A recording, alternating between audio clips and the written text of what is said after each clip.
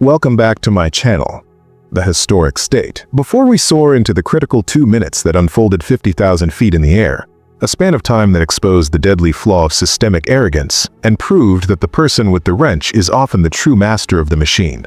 Take a second to hit that like button and subscribe right now. Your singular support is the only fuel that keeps these high-stakes stories of quiet, engineering brilliance alive and trending. Now, let's talk about the ultimate symbol of American technological power, the F-22 Raptor. It is a marvel of stealth, speed, and integrated combat systems, a multi-billion-dollar fortress in the sky.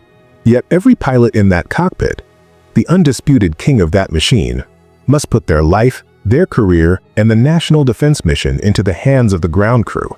The mechanics they often view as mere, expendable servants of the true heroes. Today, we bring you the heart-stopping, high-altitude saga of Captain Jake Raptor Thorne, an elite, decorated pilot who judged competence solely by G-forces, flight hours, and loud, unquestioning bravado, and senior mechanic Anya Sharma. Anya was hired for her unparalleled specialized knowledge of the F-22's most sensitive core systems, but in Thorne's dismissive private vocabulary, she was a glorified grease monkey. He publicly scoffed at her, failing to comprehend the depth of her genius. He was dangerously, catastrophically wrong. When Thorne's F-22 suffered an insidious, systemic mechanical failure, a zero-G lock that no standard pilot protocol could counter, Anya's immediate response was not panic, but a demonstration of engineering genius so profound, so personal, that she guided him through a high-altitude repair of the very system she had helped design years earlier. Our primary stage is Hangar 7 at a major U.S. Air Force base, the operational hub for the deadliest fighters in the fleet. Captain Jake Thorne was the perfect embodiment of cocky excellence. He trusted only his reflexes, his training, and the perfect machine he flew. His arrogance was not personal, it was systemic. He saw anyone whose job title didn't involve the stick and throttle as fundamentally beneath the level of true command. And then there was senior mechanic Anya Sharma. Anya was, academically, a prodigy, a certified expert in fluid dynamics and core actuator systems. Her genius was quiet, methodical, and meticulously documented, but it lacked the aggressive pilot swagger Thorne demanded. For Thorne, she was just another cog in the massive, complicated maintenance machine that was there solely to execute his checklist. NNHE would speak to her with open condescension, his voice loud enough for the surrounding crew to hear.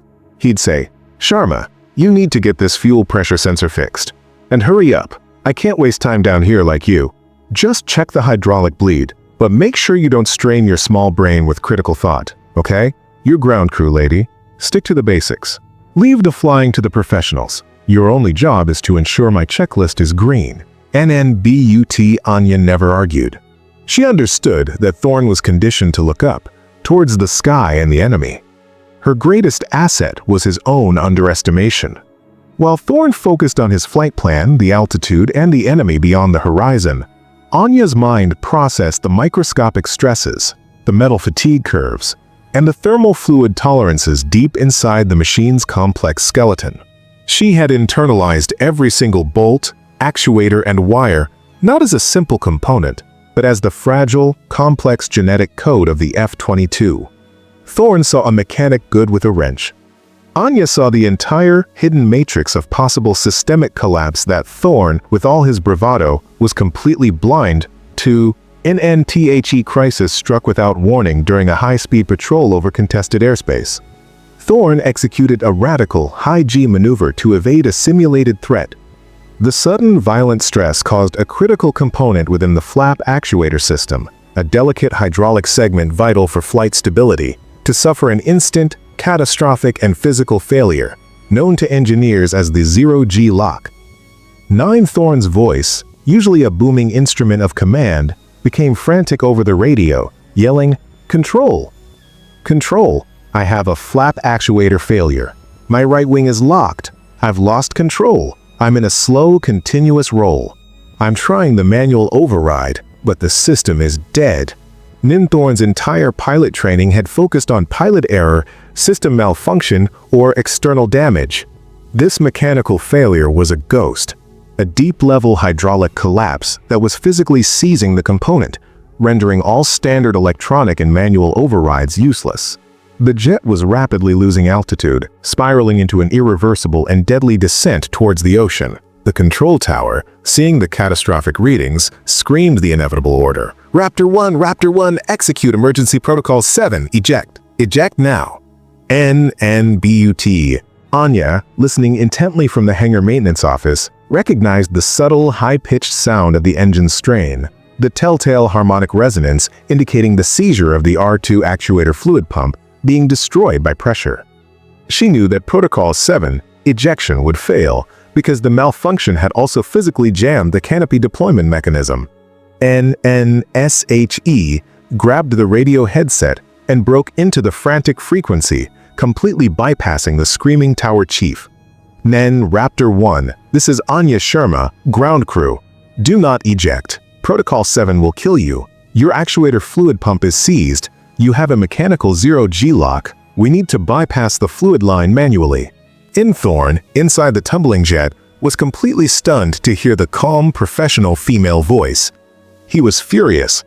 Sharma, what are you doing on this frequency? Get the hell off the line. Tower. Who let ground crew near the radio? Nanya's reply was firm, cutting through his remaining bluster. Captain, listen to me. If you don't listen now, you will die. I need you to open the Service Panel 47 Beta on your main console. It's small, next to the environmental control system. And Thorne's panic subsided slightly, replaced by desperate resignation. The woman he called a grease monkey was now his last lifeline. He was completely out of his element. Nanya began issuing instructions that were surgically precise and technically complex, guiding him through a dangerous internal high-speed fluid transfer, a repair operation designed for a hangar, not a cockpit in the sky. Now, Captain, listen carefully.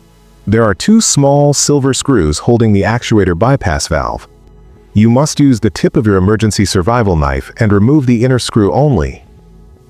If you take out the outer screw, the high-pressure fluid will spray directly into your face, blinding you instantly. Be precise. Now take the plastic hydration straw from your suit and insert it gently into the inner valve port. The pressure will drop. It must be perfect. You must not fail this. NTHEF-22 immediately stopped its violent roll, the main flight systems flickering back to a neutral, stable state. The crisis was over. NNTHEF-22 landed safely. Captain Thorne sat in the cockpit, trembling, the adrenaline fading into overwhelming shame. NNHE spoke over the radio, his voice a humbled whisper. Sharma, you saved my life. How did you know that protocol? The R2 fluid transfer. No pilot manual has that. That's classified engineering knowledge. Nanya walked up to the canopy, her face utterly calm, and spoke into the microphone. Nen, Captain Thorne, I knew it. Because 3 years ago, when the R2 system failed its stress test in the lab, I was the lead junior engineer who designed that manual bypass and logged its exact specifications. It was designed for a scenario exactly like this, when arrogance failed the pilot. You see, Captain, I am not just ground crew. A moment later, the Commander-in-Chief's voice cut in over the base intercom, addressing the stunned captain directly, his voice echoing with authority. Nen, Captain Thorne, you are grounded pending review. Let me clarify something that should have been obvious to a man of your supposed experience. Senior Mechanic Anya Sharma is the single most important technical asset on this base. She holds the highest engineering security clearance because she is a graduate of the MIT Aerospace program and helped write the R2 actuator's original system specification. You publicly and repeatedly mocked the person who literally holds the key to your survival. Anya Sharma's quiet brilliance taught the arrogant pilot a brutal lesson. Never mistake the service worker for the subordinate. True power is not about the altitude you fly at or the sound of your voice, but the depth of knowledge you possess. The pilot knows how to use the machine, but the true hero is the one who knows how to save the machine from its own catastrophic failure. NNT, thank you for watching the historic state. If this incredible story of engineering genius, shattered arrogance, and the ultimate high-altitude repair moved you, don't forget to like, comment, and subscribe. Tell us, in a crisis, do you trust pilot instinct or the mechanic's design? Because here, We know that the greatest strength is not the engine's horsepower, but the unseen, powerful mind that built the engine to survive.